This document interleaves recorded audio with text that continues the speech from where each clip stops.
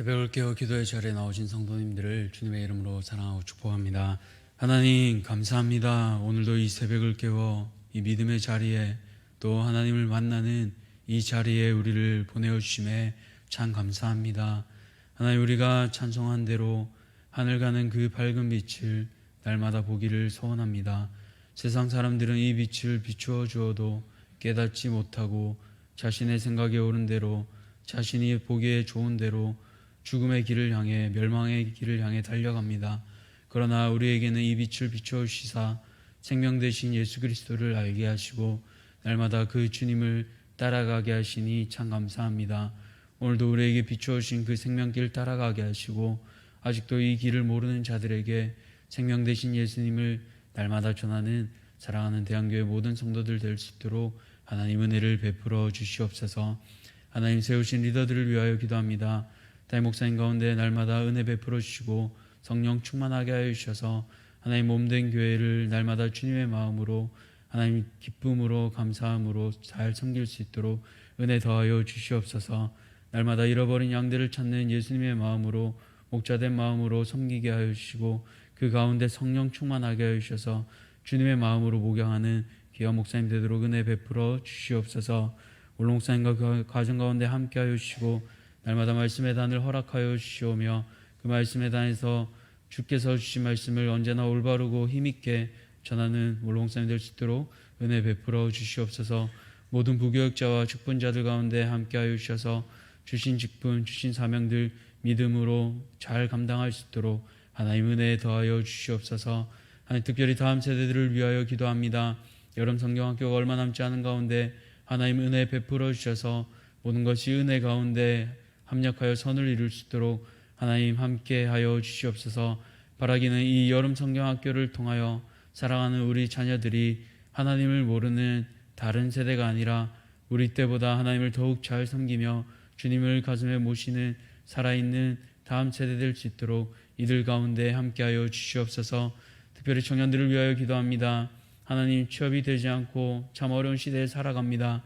그러나 이 어려운 시대를 하나님께서 또 은혜 베풀어 주셔서 사명으로 하나님께서 각자에게 주신 믿음으로 잘 헤쳐나갈 수 있는 믿음의 세대 되게 하여 주시옵소서. 특별히 군문에 나가 있는 형제들을 붙들어 주시고 그곳에서 보이지 않는 하나님을 더욱 잘 섬기는 방법을 배우게 하여 주시고 인격적인 나의 하나님을 만나 평생의 고백이 될 수 있도록 저들 가운데 함께하여 주시옵소서. 타지와 해외가 있는 자녀들 가운데도 함께하여 주시고 떨어져 있는 가운데도 주인 되시는 주님을 날마다 모시고 사는 귀한 믿음의 자녀들 되도록 하나님 은혜 베풀어 주시옵소서. 사랑하는 우리 성도들 가운데 또 아픈 지체들이 있습니다. 주님, 그 아픔을 주님께서 누구보다 잘 아십니다. 주님, 주님께서 그들의 기도 제목들을 들어주시고 육신이 속히 회복되게 하여 주셔서 하나님 이 아픔들이 잘 회복되어 또 남들의 아픔까지도 공감할 수 있는 하나님 상처 입은 치유자로 설 수 있도록 은혜 베풀어 주시옵소서. 하나님, 영적으로 아픈 이들을 함께하여 주시고 하나님 이 코로나 시기가 지나가는 가운데 이들의 믿음이 자랄 수 있도록 이제는 이 교회에 나와 함께 예배당에서 예배드리며 성도의 교제가 회복될 수 있도록 영적으로 아픈 이들 가운데도 주님께서 함께하여 주시옵소서. 이제 말씀을 듣습니다. 주께서 주신 말씀으로 오늘 하루도 살아내게 하시고 힘 주셔서 살아있는 주의 백성들 될 수 있도록 함께하여 주시옵소서.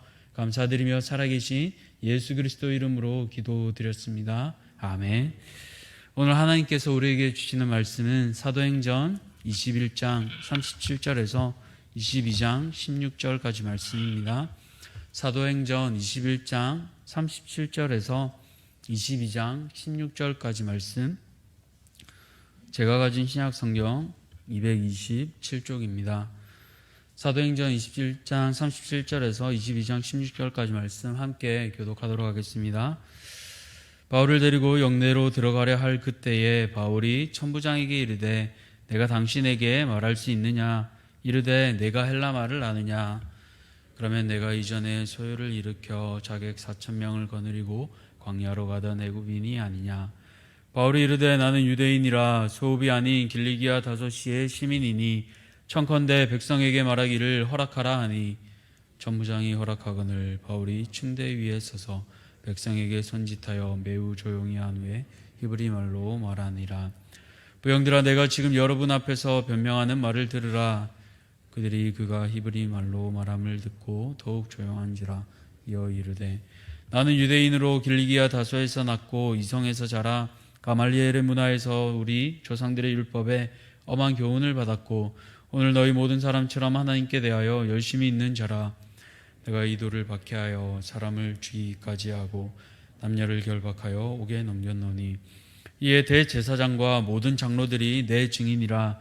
또 내가 그들에게서 다메섹 형제들에게 가는 공문을 받아가지고 거기 있는 자들도 결박하여 예루살렘으로 끌어다가 형벌받게 하려고 가더니 가는 중 다메섹에 가까이 갔을 때 오정쯤 되어 호련히 하늘로부터 큰 빛이 나를 둘러 비치매 내가 땅에 엎드려져 들으니 소리 있어 이르되, 사울아 사울아, 내가 왜 나를 박해하느냐 하시거늘 내가 대답하되, 주님 누구시니까 하니 이르시되, 나는 내가 박해하는 나사렛 예수라 하시더라. 나와 함께 있는 사람들이 빛은 보면서도 나에게 말씀하시는 이의 소리는 듣지 못하더라. 내가 이르되, 주님 무엇을 하리이까? 주께서 이르시되, 일어나 다메섹으로 들어가라. 내가 해야 할 모든 것을 거기서 누가 이르리라 하시거늘 나는 그 빛의 광채로 말미암아 볼 수 없게 되었으므로 나와 함께 있는 사람들의 손에 끌려 다메섹에 들어갔노라.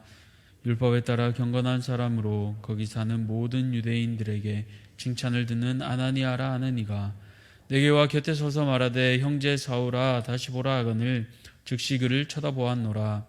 그가 또 이르되, 우리 조상들의 하나님이 너를 택하여 너로 하여금 자기 뜻을 알게 하시며 그 인을 보게 하시고 그 입에서 나오는 음성을 듣게 하셨으니 내가 그를 위하여 모든 사람 앞에서 내가 보고 들은 것에 증인이 되리라. 함께 읽겠습니다. 이제는 왜 주저하느냐? 일어나 주의 이름을 불러 세례를 받고 너의 죄를 씻으라 하더라. 아멘. 오늘 시선을 바꾸시는 하나님, 시선을 바꾸시는 하나님이란 제목으로 말씀을 나누겠습니다.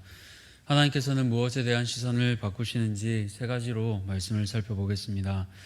첫 번째로, 하나님께서는 무엇에 대한 시선을 바꾸십니까? 상황에 대한 시선을 바꾸십니다.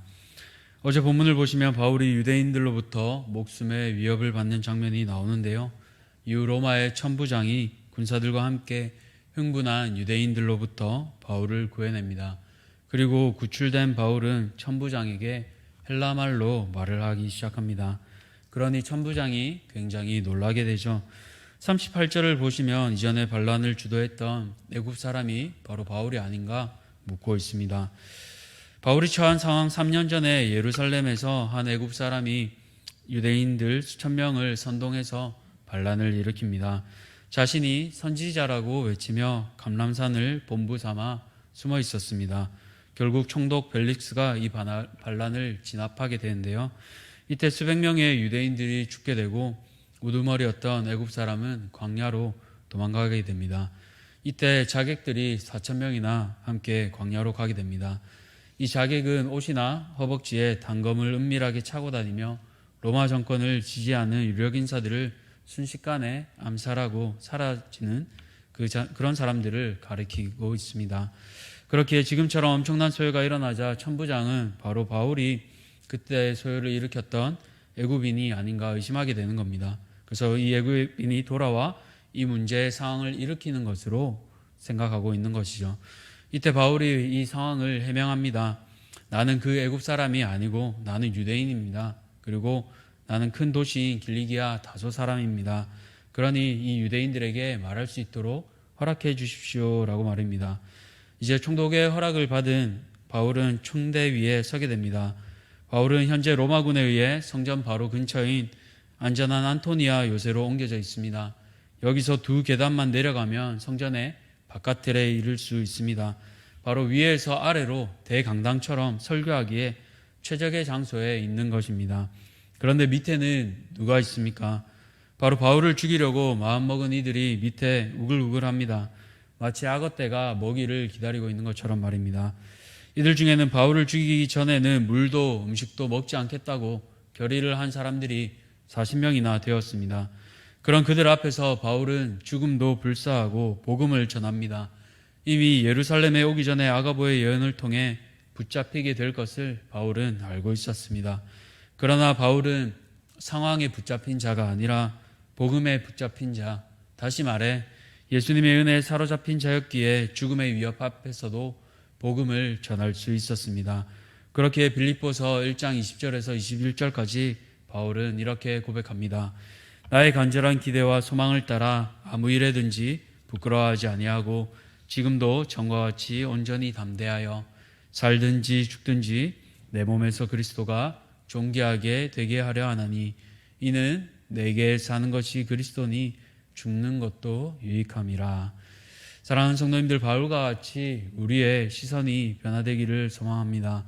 우리 안에서도 사나 죽으나 그리스도가 존귀케 되기를 소원합니다. 그 마음이 있기에 바울은 어떤 상황 가운데서도 복음을 전할 수 있었습니다.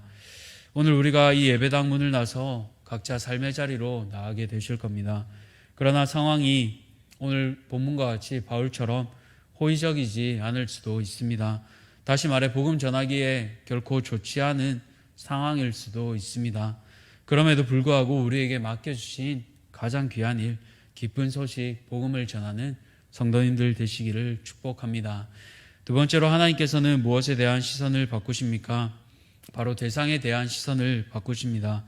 바울은 이제 층대 즉 계단에 서서 복음을 전하고 있습니다. 그리고 사랑의 말을 담고 있습니다. 22장 1절을 보시면 어떻게 동족 유대인들을 부르고 있습니까? 부형들아 라고 시작하고 있습니다. 바로 아버지와 형제들이라는 뜻인데요. 바울은 여전히 자신들을 죽이려고 하는 이 유대인들을 바로 한 가족으로 생각하고 있습니다. 그리고 바울은 자신이 유대인이라는 사실을 청중들에게 먼저 인식시켰습니다. 3절을 보면 바울의 배경이 나옵니다. 바울은 길리기아 다소에서 태어나 이 성 예루살렘에서 자랐다고 했습니다. 바로 예루살렘에서 성장했다라는 것입니다. 언제 바울이 예루살렘으로 왔는지 정확한 시기를 알기는 어렵습니다. 그러나 당시 바울의 누나가 예루살렘에 살고 있었던 것으로 보아 바울이 예루살렘에 정착한 시기는 그래도 꽤 오래되었던 것처럼 보입니다. 아마 어릴 적 동네 친구들과 여기저기 뛰어다니기도 했을 것 같습니다. 그런 그는 조금 더 자라 당시 최고의 학자였던 가말리엘 밑에서 공부하게 됩니다.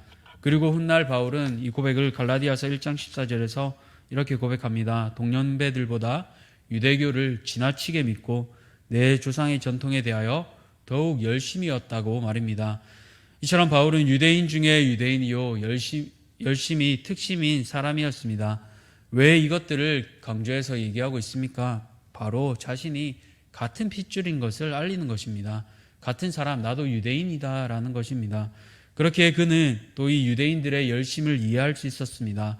3절 후반절을 보시면 오늘 너희 모든 사람처럼 하나님께 대하여 열심히 있는 자라라고 말하고 있죠. 그렇습니다. 복음을 전하기 위해서는 우리가 받은 사랑도 중요하지만 바울처럼 대상에 대한 사랑도 중요합니다. 이들에게 어떻게 복음을 전해야 할지 고민해야 합니다. 바울을 죽이려고 달려드는 사람들에게 어떻게 열심히 있다고 말할 수 있겠습니까? 바로 하나님께서 관점의 렌즈를 바꾸어 주시니 가능한 것입니다.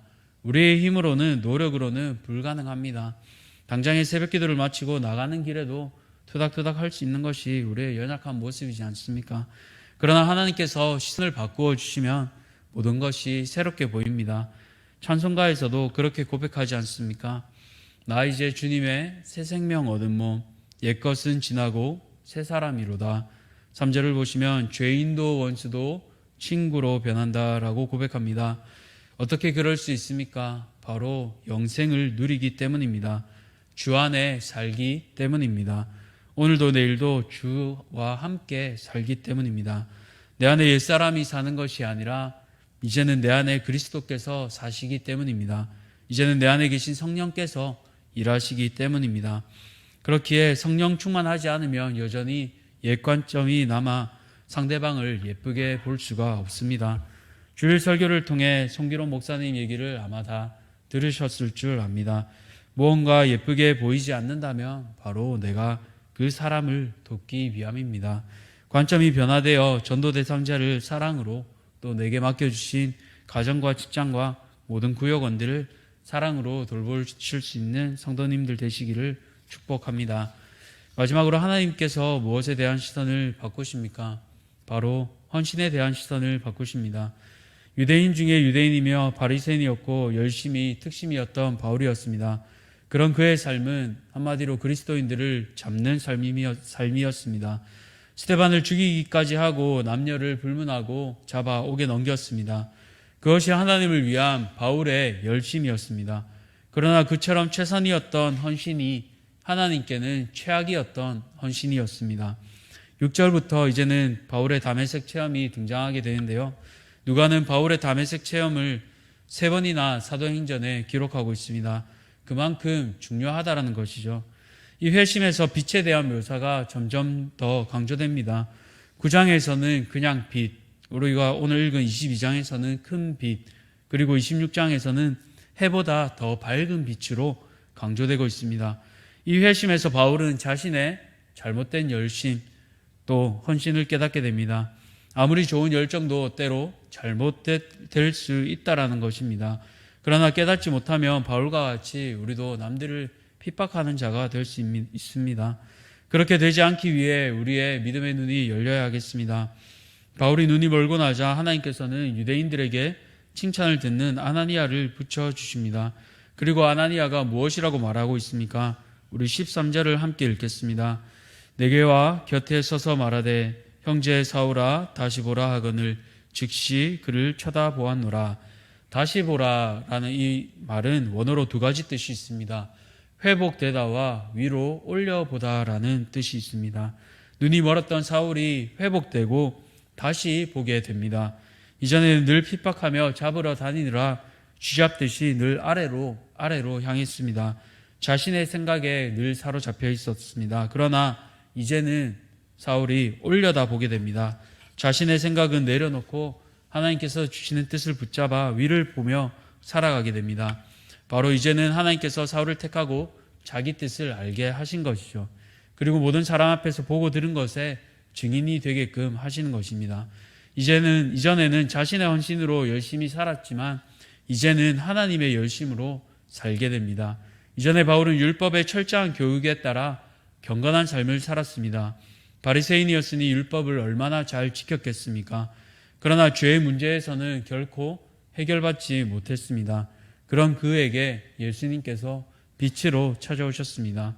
우리도 우리의 어떠한 노력이나 헌신으로 구원받지 않았습니다. 오직 은혜로 죄에서 구원받은 자들입니다. 남보다 조금 낫던 우리 자신이 아니라 아무리 발버둥 쳐도 죄로 인해 죽을 수밖에 없던 죄인입니다. 그런 우리에게 예수님께서 바울에게 찾아오셨듯이 우리를 만나주셨습니다. 그 은혜를 받은 우리는 이제 우리의 헌신, 열심이 아니라 하나님의 열심을 의지하게 됩니다. 그것은 대충 산다는 의미가 아닙니다. 신분적으로 구원받았기에 이제는 수준적 구원을 우리의 삶에서 이루어내가는 얘기입니다. 그렇기에 오늘 하루 우리는 우리 자신의 헌신과 열정을 다시 점검해야겠습니다. 내 생각에 옳은 대로 행하였던 사울이 아니라 하나님이 원하시는 생각대로 살아가는 바울들이 되시기를 축복합니다. 말씀을 맺겠습니다. 예수를 믿는 사람은 그의 시선이 바뀌게 됩니다. 먼저 상황에 대한 시선이 바뀌게 되고 대상에 대한 시선이 사랑으로 바뀌게 됩니다. 그리고 나 중심의 헌신에서 주님이 주시는 헌신으로 시선이 바뀌게 됩니다. 오늘 우리의 시선을 바꾸어 가시는 그 하나님을 의지하며 성령 충만한 이 하루를 살아내시는 성도님들 되시기를 축복합니다. 이 시간 주기 함께 기도하겠습니다. 살아계신 하나님 참 감사합니다. 또 오늘 우리에게 새로운 하루를 허락하시고 또 그 하루를 우리의 시선을 바꾸어 주심으로 시작하게 하시니 감사합니다. 하나님 우리의 시선을 바꾸어 주심으로 우리의 생각들이 변화되고 우리의 관점들이 변화되고 대상을 향한 그 사랑들이 회복되기를 소원합니다. 그리고 무엇보다 우리의 열심이 아니라 우리의 헌신이 아니라 주님이 주시는 그 사랑의 마음으로 주님의 생각대로 주님의 뜻대로 헌신할 수 있는 사랑하는 대한교회 성도님들 되기를 소원합니다. 오늘 하루 우리가 어떻게 우리의 시선을 바꿔야 할지 잘 모르고 헤매고 있을 때 우리의 가운데 성령께서 밝은 빛을 조명하여 주시고 하나님께서 기뻐하시는 뜻을 따라가게 하여 주셔서 이 하루가 끝나고 하루를 복귀할 때 주님께서 비추어 주셨구나 라고 고백할 수 있는 사랑하는 대한교회 모든 성도들 될 수 있도록 은혜 베풀어 주시옵소서. 감사드리며 살아계신 예수 그리스도 이름으로 기도드렸습니다. 아멘. 주님 가르쳐 주신 기도 함께 하겠습니다. 하늘에 계신 우리 아버지여, 이름이 거룩히 여김을 받으시오며 나라가 임하시오며 뜻이 하늘에서 이루어진 것 같이 땅에서도 이루어지이다. 오늘 우리에게 일용할 양식을 주시옵고 우리가 우리에게 죄 지은 자를 사하여 준 것 같이 우리 죄를 사하여 주시옵고 우리를 시험에 들게 하지 마시옵고 다만 악에서 구하시옵소서. 나라와 권세와 영광이 아버지께 영원히 있사옵나이다. 아멘.